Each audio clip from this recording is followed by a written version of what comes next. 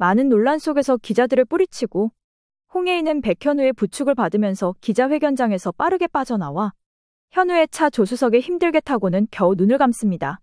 퀸즈 백화점을 운영하면서 폭발적인 매출을 일으킴과 동시에 일조 클럽에 드는 것도 얼마 남지 않았는데 퀸즈 사장직에 힘없이 물러난 것도 모자라 3개월밖에 못 사는 불치병에 걸린 자신을 한탄하면서 왜 이런 시련을 주는지까지 신에게 따져 묻고 싶었습니다. 한편 차에 탄 혜인을 뒤로 한 채 현우는 자신 때문에 힘들게 기자회견에서 병이 있음을 밝힌 혜인이 안쓰러웠지만 그보다도 이런 상황을 만든 장본인을 용서할 수가 없기에 문 앞에서 이를 갈며 기다리기로 합니다. 이번에야말로 혜인을 자신의 옆에 둘 수 있는 기회였는데 보잘것없는 백현우 때문에 자신의 병까지 대국민에게 밝혀버린 혜인이 이해가 가지 않았지만 그보다도 엎질러진 일을 치우는 게 더 급선무였기에 간신히 기자들을 보내놓고 힘들게 나오는 그때 자신을 매섭게 노려보며 팔짱까지 끼면서 기다리고 있는 백현우와 맞닥뜨리게 됩니다. 죽을 병에 걸렸다니까 갑자기 없던 감정이 생겼어요? 아님 버티다 보면 뭐라도 챙길게 생길 것 같나? 차라리 나한테 와요. 혜인이한테서 떨어져만 주면 내가 원하는 거 다 줄 테니까.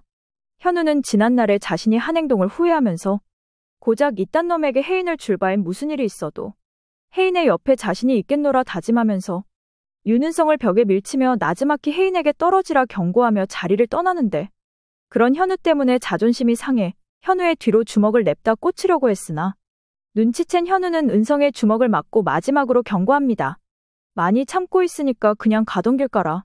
평소에 순하디 순한 모습의 현우였는데 눈에 살기를 띠며 자신에게 화를 누르는 듯 목소리가 들려 깜짝 놀란 채 백현우를 보게 됩니다.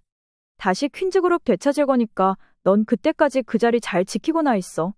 현우는 멍하니 서 있는 은성을 뒤로 한 채 차에서 자신을 기다리고 있는 혜인에게 빠르게 가는데요. 차에 타니 눈물을 흘리며 곤히 자고 있는 혜인을 발견하게 되죠.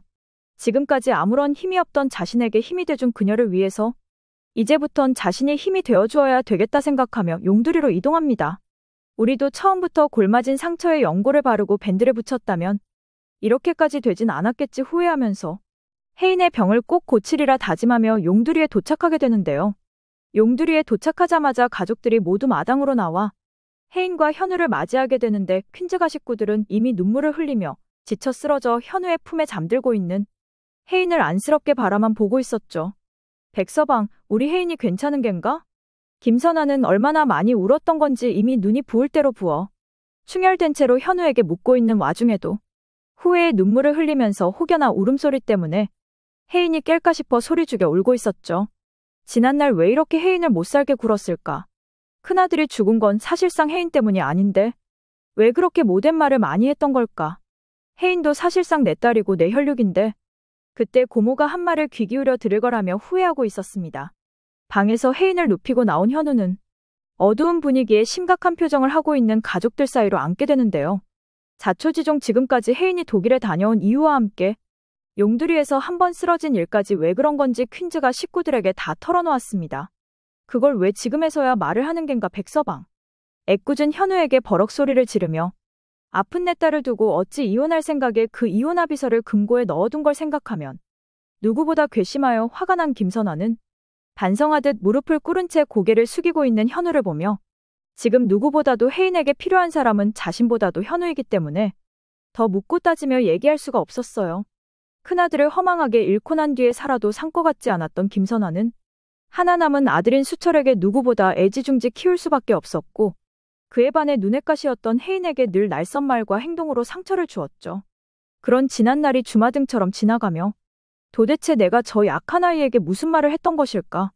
미안하단 말도 못했는데 지금이라도 미안하다고 사과하면 이 아이가 받아줄까 하는 생각에 가슴을 움켜쥐며 용두리 식구들 앞에서 체면이고 뭐고 할 것도 없이 엉엉 울어댔습니다.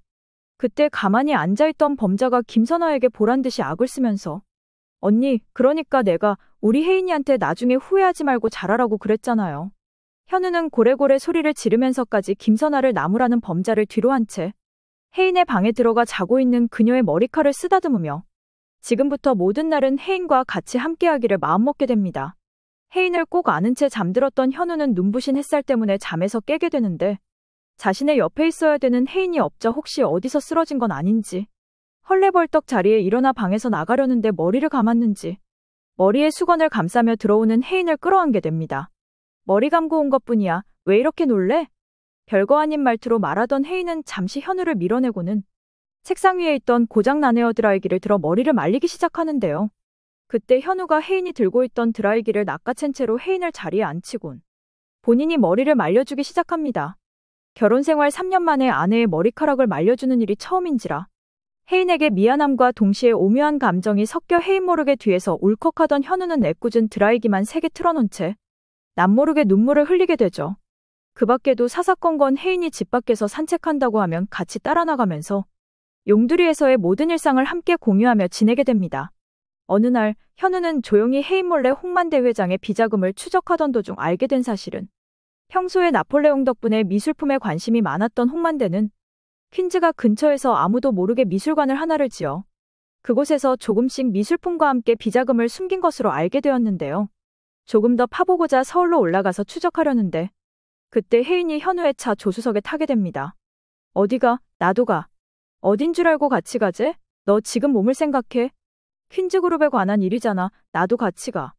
마음 꽂힐 생각이 없는 혜인은 현우가 뭐라 그래도 꿋꿋이 앞만 보고 있었고 그녀의 고집에 어쩔 수 없이 혜인을 데리고 서울로 향하게 되는데요. 서울로 향하던 도중 예상치 못한 사고를 당하게 되는데 그 사고의 발단은 기자회견 때문에 난처해질 대로 난처해진 은성이 드디어 눈앞에 현우를 직접 처단하기 위해 칼을 빼들었습니다. 애초부터 퀸즈가를 망가뜨리려고 했던 작정한 이유가 모스리와 공조를 하여 대한민국 최고 대기업인 퀸즈가를 먹으며 정상을 차지하려는 것도 있지만 은성에게는 그 무엇보다도 혜인의 옆에서 혜인에게 걸맞는 남자가 되고 싶기 때문인 게 더 컸었죠. 이혼한 홍혜인 옆에 계속해서 다가갔지만 다가갈수록 점점 더 뒤로 물러나는 혜인의 옆에서 당당히 자리를 지키고 있는 현우가 눈에 거슬리기 시작합니다. 영원히 혜인의 옆자리는 자신이어야 되기 때문에 그런 현우가 못마땅하여 결국 최후의 수단으로 백현우를 격리시켜야 된다 생각해서 아무도 모르게 뒤에서 지시합니다. 백현우, 이제 그만 좀 치워줘야겠어. 한편 백현우와 홍혜인은 그런 은성의 작전을 알 리가 없기에 평온하게 서울로 향하던 중이었죠.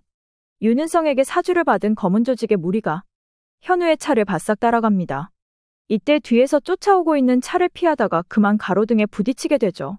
희미한 의식을 가까스로 부여잡고 기절해 있는 혜인을 흔들어 깨워 보이지만 미동도 하지 않고 피 흘리며 눈을 감고 있는 혜인을 향해서 울부짖게 됩니다. 혜인아, 정신 차려. 급히 119를 부르고 앰뷸런스 안에서 혜인의 손을 꼭 잡고 기도하고 있던 혜인은 응급실에서 도착하자마자 의료진들이 급하게 혜인을 침대에 옮겨 조치를 하고 있었었고 그때 마침 퀸즈가 식구들이 헐레벌떡 들어오게 됩니다. 백서방, 이게 무슨 일인 겐가? 급하게 오느라 신발도 짝짝이로 신고 들어온 혜인의 엄마 김선아는 의식 없이 침대에 누워있는 혜인을 보며 그만 자리에 주저앉게 됩니다.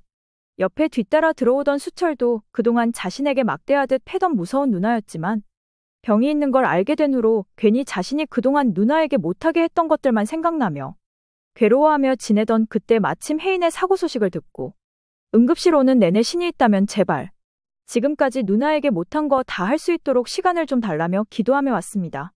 그렇게 응급실에 서성이던 그때 검정색 양복을 입고서 계속 이쪽 눈치를 보며 전화통화를 하고 있던 남자의 뒤로 다가가 통화 내용을 엿듣게 됩니다. 큰일 났습니다. 말씀하신 백현우는 크게 다치지 않았지만 같이 타고 있던 퀸즈가 홍혜인 사장이 크게 다쳤습니다. 그 말을 끝으로 현우는 이성의 끈을 놓아버릴 수밖에 없었고 그 남자를 캐묻고 캐물어 배우가 윤은성임을 알게 됐습니다. 들끓는 분노를 억누른 채 의식 없이 누워있는 혜인이를 수철에게 맡기고서 급하게 택시를 타 퀸즈그룹에 도착한 현우. 다짜고짜 회장실로 찾아가 경호원들이 막음에도 불구하고 막무가내로 회장실로 쳐들어가게 됩니다. 자리에 앉아 서류를 넘기던 은성은 시끄러운 소리에 고개를 들어 문 쪽을 바라보니 현우가 씩씩대며 찾아온 걸 확인하고 일어나 금세 현우를 쫓아오던 경호원들에게 손짓하며 나가라 하죠. 네가 원하던 건 내가 다치는 거 아니었나? 왜 애꿎은 혜인이를 다치게 하냐고. 그제서야 현우가 탄 차량에 혜인이 같이 타고 있었음을 알게 된 은성이 떨리는 목소리로 현우에게 다시 되묻습니다. 혜인이는? 네가 그토록 사랑하는 혜인이가 너 때문에 병원에 누워있다 이 새끼야.